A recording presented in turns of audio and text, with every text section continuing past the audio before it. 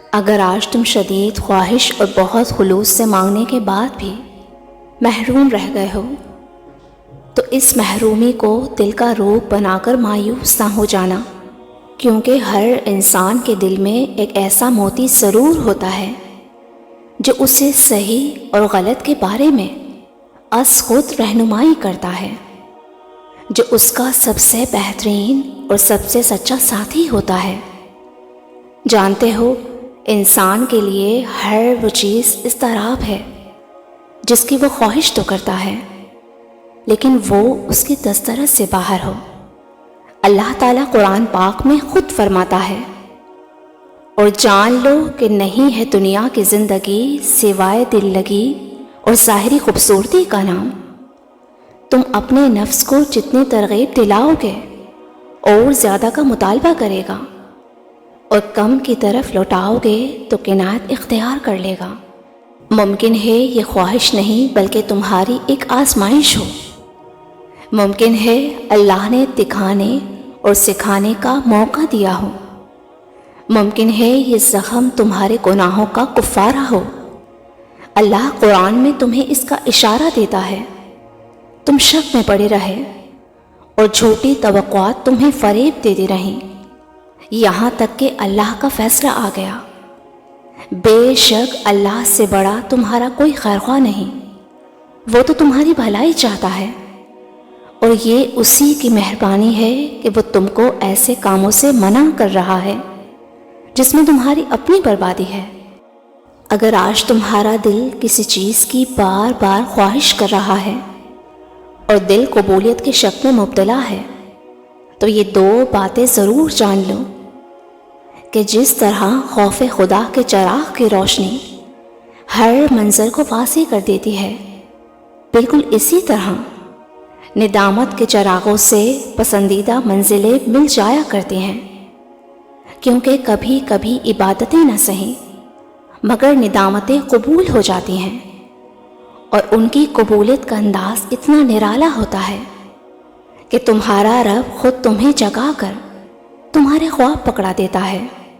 اگر تمہارے دل میں یہ سوال آ رہا ہے کہ دل جس چیز کی تمنا کر رہا ہے وہ نصیب ہوگی یا نہیں، اللہ کی طرف سے اس کے کیا اشارے ہیں، تو یاد رکھو کہ انسان کا سب سے قیمتی اثاثہ علم سے بھرا ہوا سر نہیں بلکہ محبت سے بھرا ہوا دل، مدد کے لیے تیار ہاتھ اور کسی کے سن لینے والے کان ہیں۔ اور پتہ ہے، یہی خدائے رحمان کے وہ خاص بندے ہیں کہ جن کی پشت پر خدا کی وہ طاقت ہوتی ہے جو تمہاری زندگی میں آئے شر کے سارے دروازے بند کر کے خیر کے ان دروازوں کو کھولتی ہے جو تمہارے حق میں بہترین اور پسندیدہ ہوتے ہیں۔ اللہ تعالیٰ قرآن پاک میں خود وضاحت کر رہا ہے، اور جو کچھ بھلائی تم اپنے لیے آگے بھیجو گے اسے اللہ کے ہاں موجود پاؤ گے، وہی زیادہ بہتر ہے اور اس کا اجر بہت بڑا ہے۔ اور ایک منصوبہ تم بناتے ہو اور ایک اللہ، اور اللہ بہترین منصوبہ ساز ہے۔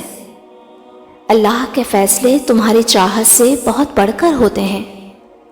اگر تمہیں لگتا ہے کہ زندگی میں اندھیرا ہے تو غور کرو کہ چاند تارے بھی ہوں گے جو تمہارے لیے سفید روشنی کا راستہ بنا رہے ہوں گے۔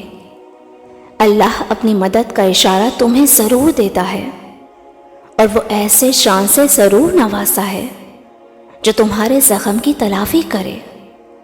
اگر تم اپنی زندگی میں کوئی خواہش حاصل کرنا چاہتے ہو تو پہلے بانٹنا سیکھو، کیونکہ اللہ کا ایک غیبی اصول ہے کہ جو چیز بھی تم تقسیم کرو گے وہ مہربان تمہاری زندگی میں اسی چیز کی فروانی کرے گا، پھر چاہے وہ محبت ہو یا عزت، درگزر ہو یا آسانی۔ اور جب تم اللہ سے محبت کرتے ہو نا تو وہ تمہارے دل میں انہی لوگوں کو بسنے دیتا ہے جو تمہاری محبت کے اصل اہل ہوتے ہیں۔ تم مطمئن رہنا، وہ تمہاری زندگی میں اب ایسے اسباب بنائے گا جو تمہاری ڈوبتی ابھرتی کشتی کو بے رحم موجوں سے بچا کر ان کناروں تک لے آئے گا کہ جس کا تم نے کبھی گمان بھی نہ کیا تھا۔ انشاءاللہ میری دلی دعا ہے کہ اللہ آپ سب کو شاد و آباد رکھے، آمین۔